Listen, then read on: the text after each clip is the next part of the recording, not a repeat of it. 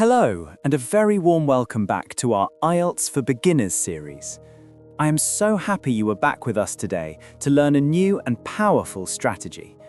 Today we are going to talk about a question type that you have probably seen many times before in other tests, multiple choice questions, or MCQs for short. You see a question, and you have to choose the right answer from a list of options, usually A, B, C, or D. It sounds simple, right? Well, in the IELTS reading test, these questions can be surprisingly tricky. They are not just testing if you can find one word. They are cleverly designed to test your ability to understand specific points in a text. They test if you can see the difference between a main idea and a small supporting detail. And most importantly, they test your ability to understand paraphrasing, when the text and the answer option have the same meaning but use different words. Many students get frustrated with these questions because the wrong answers, which we call distractors, can look very attractive. But don't worry, there is a system. In this video, we are going to give you a powerful step-by-step strategy to help you navigate these questions. You will learn how to identify and eliminate the incorrect distractor options and how to confidently select the correct answer every single time. First, let's understand the two types of multiple choice questions you might see. The first and most common type is the standard MCQ. This is the classic format you know well. You are given a question, or sometimes an incomplete sentence that you need to finish. Then you are given 3 or 4 options, usually A, B, C, and D. Your job is to read the text and choose the one option that is correct. Just one. This is the most frequent type you will encounter. The second type is a little different. We can call it the multiple-answer MCQ. For this type, the instructions will ask you to choose more than one correct answer. For example, the instructions might say, choose 2 letters A to E. This means you will have a longer list of options, maybe 5 or 6, and you have to find the 2 that are correct according to the text. Sometimes it might even ask for 3 correct answers. The strategy we are going to learn today works for both types, but for this second type, you need a slightly different mindset. The best way to approach it is to treat each option, A, B, C, D, and E, as a separate true-false not given question. You read option A and check the text to see if it's true. You read option B and check the text. You continue until you have found the 2 or 3 true statements. Don't worry, our main strategy will help you with this. Okay, this is the most important part of our video today. This is your foolproof 4-step strategy to attack any multiple choice question. I want you to practice this until it becomes automatic. Step 1, and this is the most important rule. Analyze the question stem.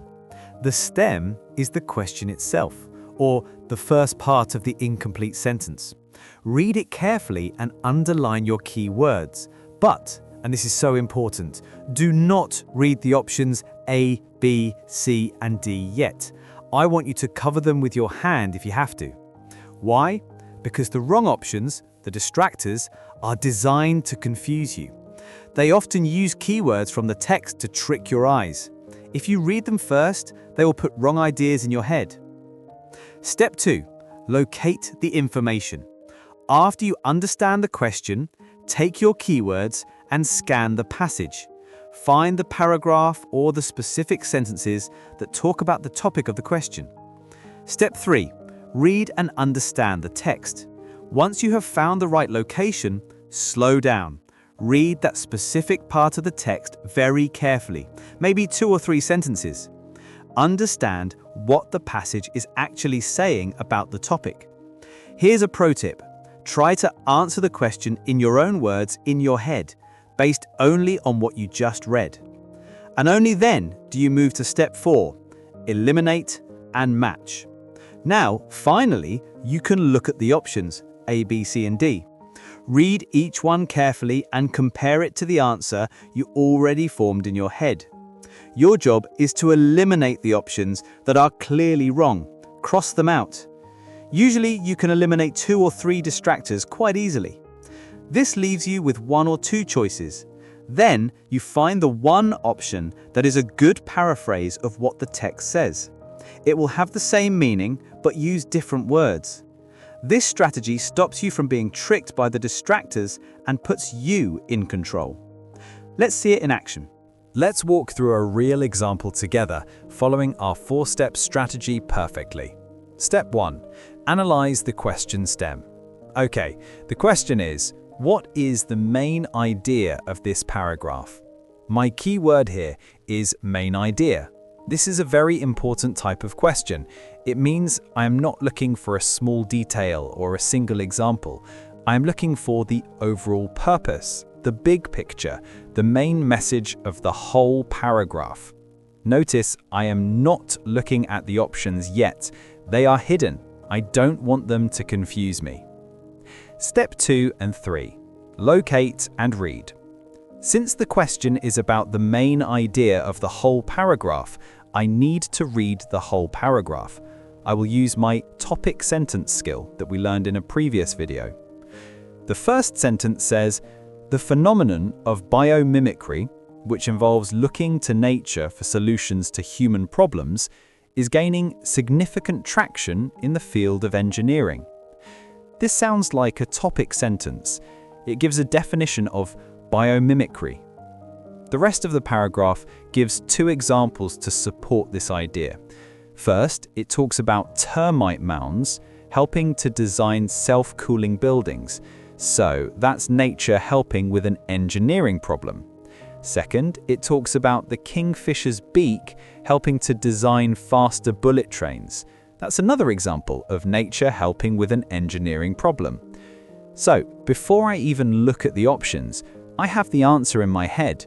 The main idea is that biomimicry is about using ideas from nature to solve human engineering problems.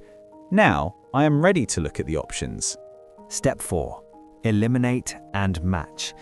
Now and only now, I will look at the options and compare them to the answer I have in my head. Let's look at option A. A. Termite mounds are the best example of biomimicry. Does the text say termite mounds are the best example? No, it just says they are an example.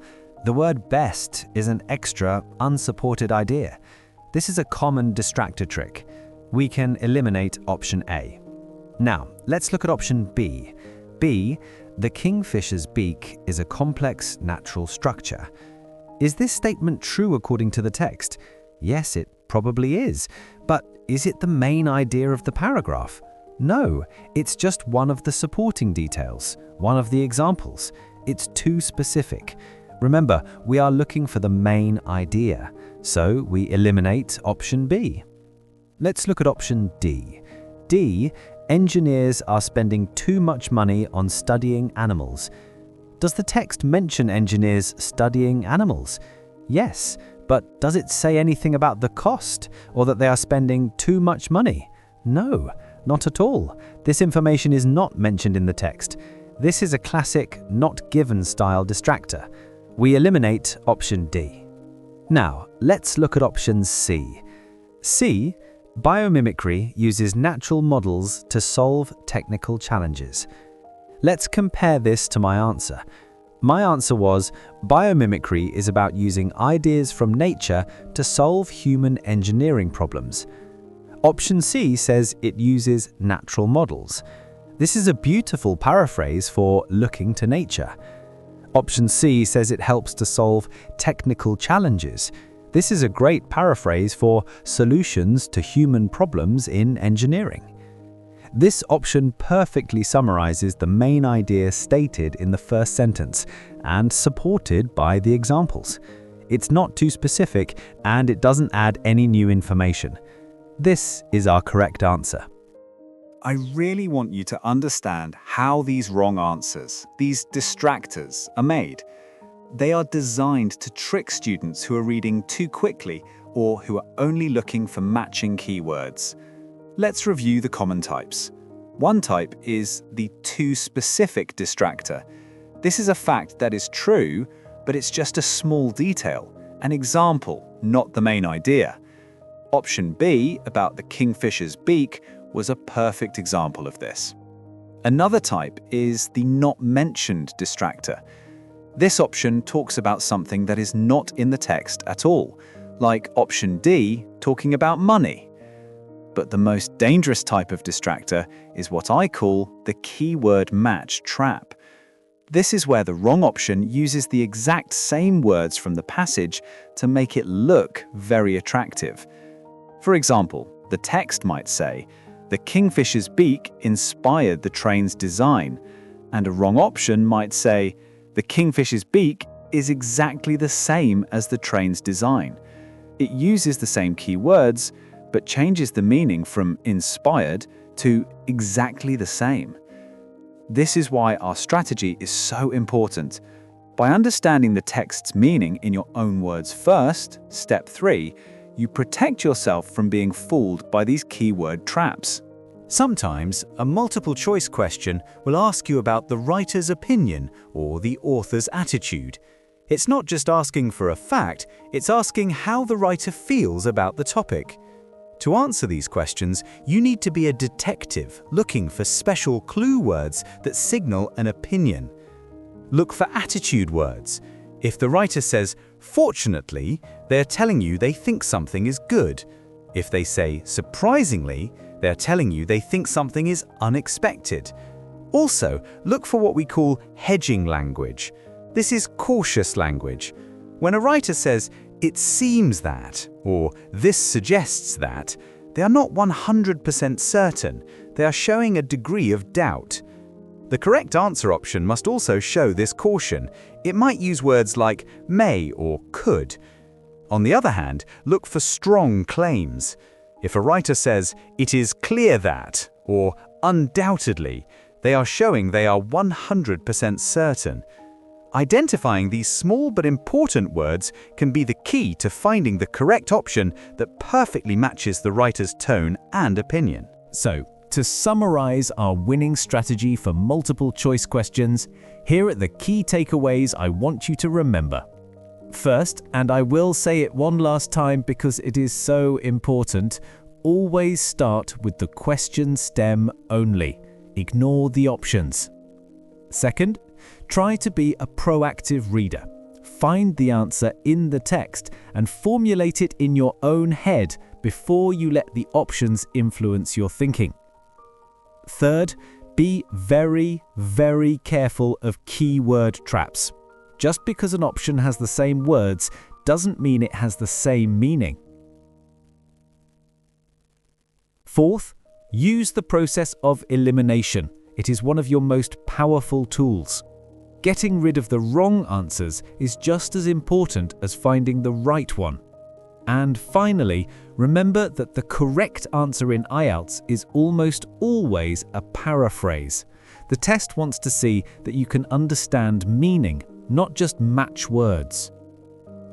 Multiple-choice questions are a test of careful reading, logical thinking, and good strategy. They are a puzzle, and now you have the key to solve it. By following the 4-step strategy we learned today, you can avoid the common traps, navigate the distractors, and confidently identify the correct answer. If this video was helpful and you feel more prepared, please give it a like to show your support and subscribe to our channel. In our next lesson, we'll be tackling one of the biggest challenges in all of IELTS reading, the matching headings task. You won't want to miss it. Thank you so much for your focus and hard work today. You are building the skills you need for success. I'll see you in the next video.